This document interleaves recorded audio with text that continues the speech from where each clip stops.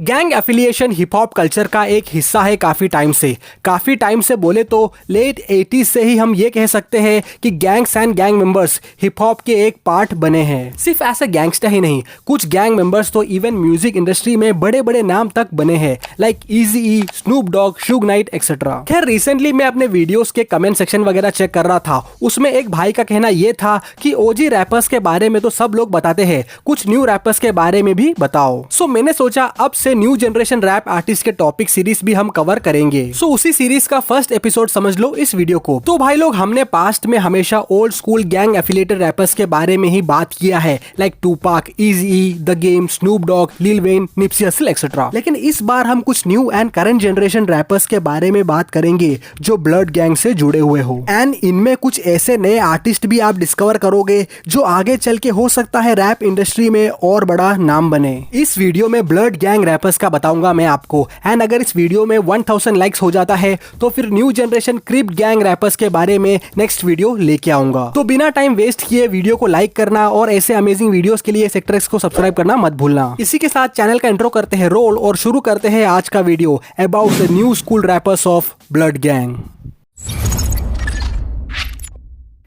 New gen blood gang rappers के बारे में बात करने से पहले एक बार जरा मैं आपको ब्लड गैंग की हिस्ट्री शॉर्ट में समझा देता हूं। देखो, बेसिकली ये गैंग्स ब्लैक कम्युनिटी में फॉर्म हुए थे यूएस के, और इसका कोर मोटिव जो था वो था अपने नेबरहुड और अपने लोगों को प्रोटेक्ट करना, क्योंकि एक जमाने में बहुत अत्याचार होता था ब्लैक कम्युनिटी पे वहां के सुप्रीम वाइट्स, पुलिस और सिस्टम द्वारा। सबसे पहले जो ग्रुप फॉर्म हुआ था इसके रेफरेंस में वो था ब्लैक पैंथर पार्टी। ये भले ही एक पॉलिटिकल पार्टी थी बट एक गैंग की तरह काम करती थी। एंड फिर इसके बाद वाले जनरेशन में नेबरहुड वगैरह में गैंग फॉर्म्स हुए ब्लैक पैंथर पार्टी को देख के ही। अब स्पेसिफिकली ब्लड गैंग की बात करें तो ब्लड गैंग क्रिप गैंग से ही अलग होके फॉर्म हुआ था। यस, 1969 में रेमन वाशिंगटन और स्टैनली विलियम्स ने बहुत सारे छोटे मोटे ब्लैक गैंग्स को जोड़कर एक गैंग बनाया था जिसका नाम रखा था क्रिप्स, और देखते ही देखते ये गैंग लॉस एंजलिस की सबसे बड़ी गैंग बनी। अब इतनी बड़ी गैंग थी बिना कोई प्रॉपर प्रोटोकॉल के या रूल्स के, तो आपस में फूट तो हो नहीं थी। तो हुआ कुछ यूं कि एक दिन कुछ क्रिप गैंग वालों ने सेंटिनल हाई स्कूल के 2 ब्लैक स्टूडेंट्स की पिटाई कर दी थी, बट वो लोग भी कहीं ना कहीं इस गैंग से एसोसिएट रखते ही थे। अब क्रिप गैंग ब्लैक कम्युनिटी से होने के बाद भी अपने ही लोगों पे अत्याचार कर रहे थे। सो जिन 2 स्टूडेंट्स की पिटाई हुई थी उनका नाम था सिल्वेस्टर स्कॉट और Benson Owens,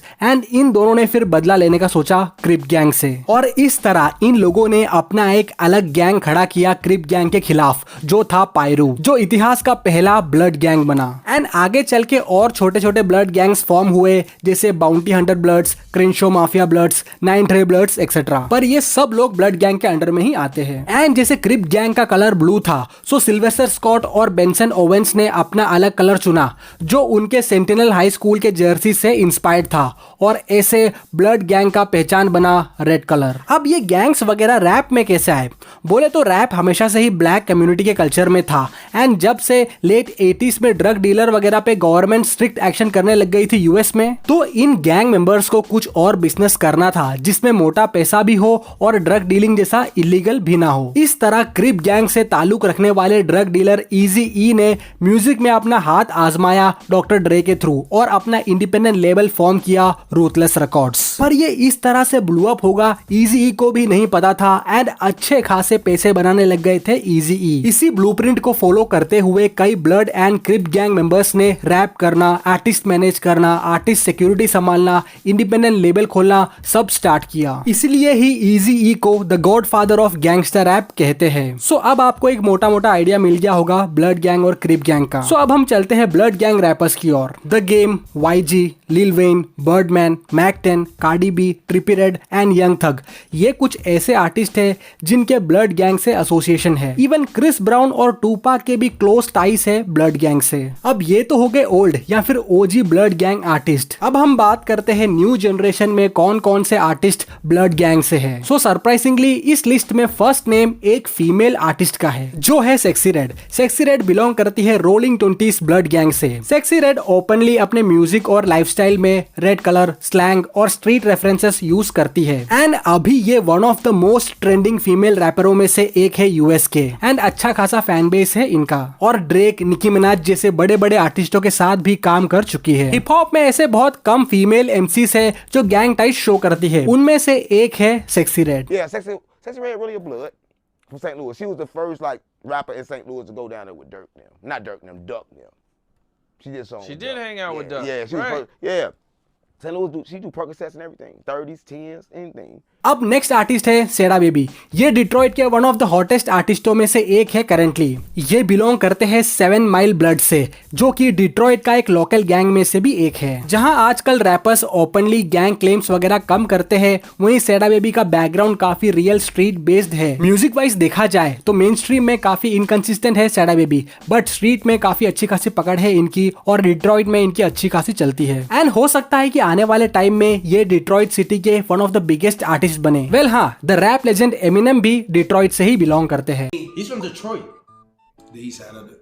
Word, I feel for motherfucker Chicago, bro. Wait, you're from Chicago? Nope.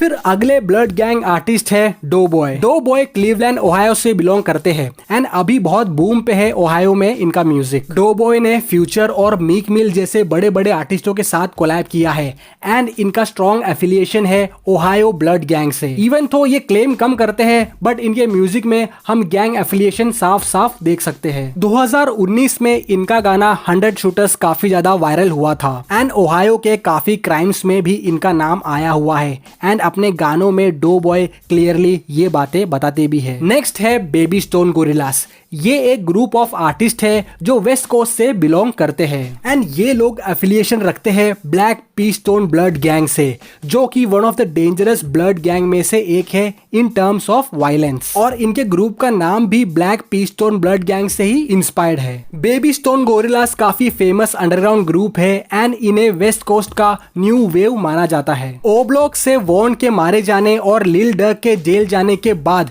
Hip hop में एज सच कोई भी ग्रुप हमें ऐसे पॉप होते हुए नहीं दिख रहा है rather than baby stone gorillas. And ये सभी आर्टिस्ट जिनका मैंने शुरू से लेकर अब तक मेंशन किया, हो सकता है कि इनका नाम आपने सुना नहीं होगा शायद, बिकॉज़ ये लोग तब अपने पास तक पहुंचते हैं जब ये लोग वर्ल्ड वाइड हिट हो जाते हैं। लेकिन तुम्हारा भाई एडवांस में तुम्हारे लिए ऐसे आर्टिस्टों से इंट्रोड्यूस करवा रहा है ताकि अपन देसी हिप हॉप वाले भी इंटरनेशनल सीन से वाकिफ और अपडेट रहे। बाय द वे, ये लोग कोई कम फेमस नहीं है। यूएस हिप हॉप में इन लोगों का अच्छा खासा नाम है, बस हम तक पहुंचने के लिए एक इंटरनेशनल ब्रेकआउट सॉन्ग या एल्बम की देरी है। सो नेक्स्ट आर्टिस्ट है कोमैथजीन। 2018 के बाद कोमैथजीन न्यू स्कूल हिप हॉप में एक स्ट्रॉन्ग प्रेजेंस है एंड ये बिलोंग करते हैं ब्रिम्स गैंग से, जो कि ब्लड गैंग के ही एक सबसेट है। 2019 XXL फ्रेशमैन क्लास लिस्ट में ये भी थे alongside with Roddy Ricch and Tierra Whack. कोमैथजीन के म्यूजिक से हमें साफ उनके गैंग टाइज सुनने को मिलता है एंड ब्रिम्स गैंग काफी एग्रेसिव ब्लड गैंग्स में से आते हैं। वैसे खतरनाक तो सारे ही गैंग्स है,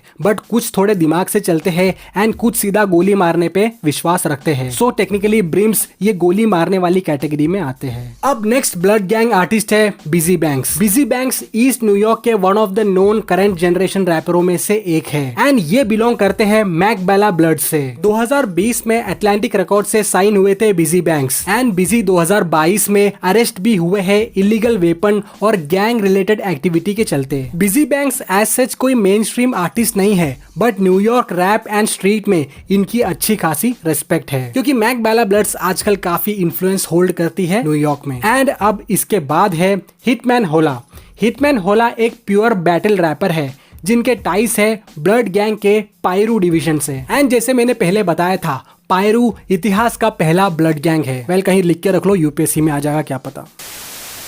हिटमैन बिलोंग करते हैं सेंट लुइस से और यूआरएल बैटल से काफी वायरल हुए थे एंड इवन यूएस के एमटीवी शो में भी आपको दिख जाएंगे हिटमैन होला। स्ट्रीट में टाइस भी काफी सही है हिटमैन का एंड इनका बैकग्राउंड भी काफी डेंजरस रहा है। टेक्निकली ये जेंसी कैटेगरी में तो नहीं आएंगे, खोस इनका जन्म हुआ था 1988 में, बट ये अभी काफी पॉपुलर हो रहे हैं सीन में एंड अपकमिंग ब्लड गैंग ओजी कहलाएंगे कुछ समय में। वेल अब हम बात करें अपने यहाँ की, तो अपने इंडिया में भी ऐसे कई सारे आर्टिस्ट आपको रेड बैंडाना में दिख जाएंगे, स्पेशली सांबाटा एंड एमसी स्टैन। एंड अपने एक लाइव में एमसी स्टैन का कहना कुछ ऐसा था, रेटिंग्स क्या दे रहे, ओपिनियन क्या दे रहे, अरे तुमको मालूम नहीं, पहली बात मंबल मैंने बताया, gang sign, blood, Crip, blood Crip gang रहता, मैंने बताया पहले हनी सिंह के जैसा ऐसा ऐसा करते थे, ये ऐसा करती थी पब्लिक, ऐसा करती थी। तो क्या MC स्टैन का कहना सही है? आप लोग कमेंट करके जरूर बताना। एंड संबाटा तो full to hip hop gang vibes देते आए हैं अपने वीडियो में डे 1 से। एंड हम ये कह सकते हैं कि संबाटा उन आर्टिस्टों में से एक है